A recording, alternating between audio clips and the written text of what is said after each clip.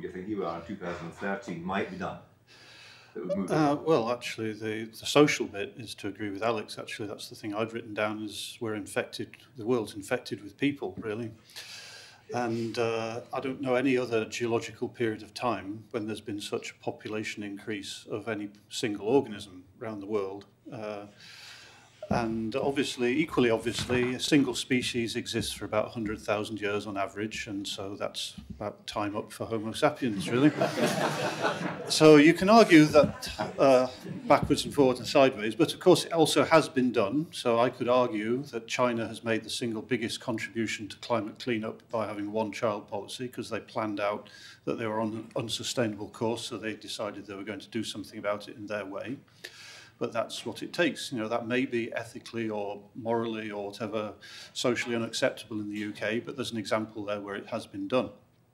The second more technical geeky thing that I think we have to try and do is that none of us are paying the true price for energy. So the training shoes example is the classic example, and we are busy not solving that. In Scotland, we do measure the energy which we directly emit and burn. We also do measure the embedded energy, the energy it's taken to make the training shoes and bring them here. And we don't pay anything for that, except we blame China and we blame Indonesia and we blame the Philippines, and it's their fault for providing us with cheap training shoes. So it's economically quite rational and quite possible to say that we are going to put up a barrier, a money barrier around our country or around Europe, because European energy emissions policy has totally collapsed, really, and the whole climate objective of Europe has totally collapsed in the past month.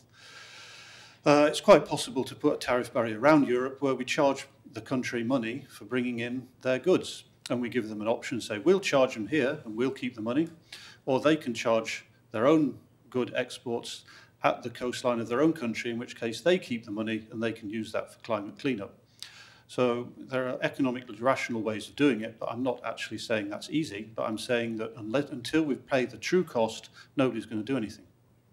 Okay, folks, I'm very conscious of time. It's 22:08. I think, Andy, we have to enjoy some benefits in addition to what we have. Some imported wine. Straight from Scotland for five.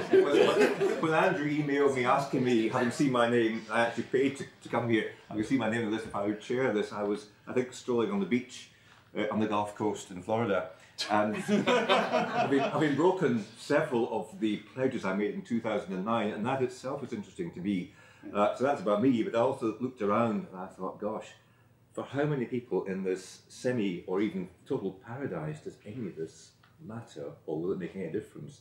That's a challenging thought, isn't it? However, the other thing I did in the States was to attend a conference in Chicago at which the keynote speaker was George Mitchell, who was the mediator in the Northern Ireland difficulties, which he was very much responsible for what emerged as the Good Friday Agreement back at the end of the 1990s. And at the very end, he said that he had learned several things, and the last of these was this, that despair is the root of instability and violence, and that hope is the wellspring or the source of stability. Now, our world is very unstable, and a lot of this could create a lot of despair.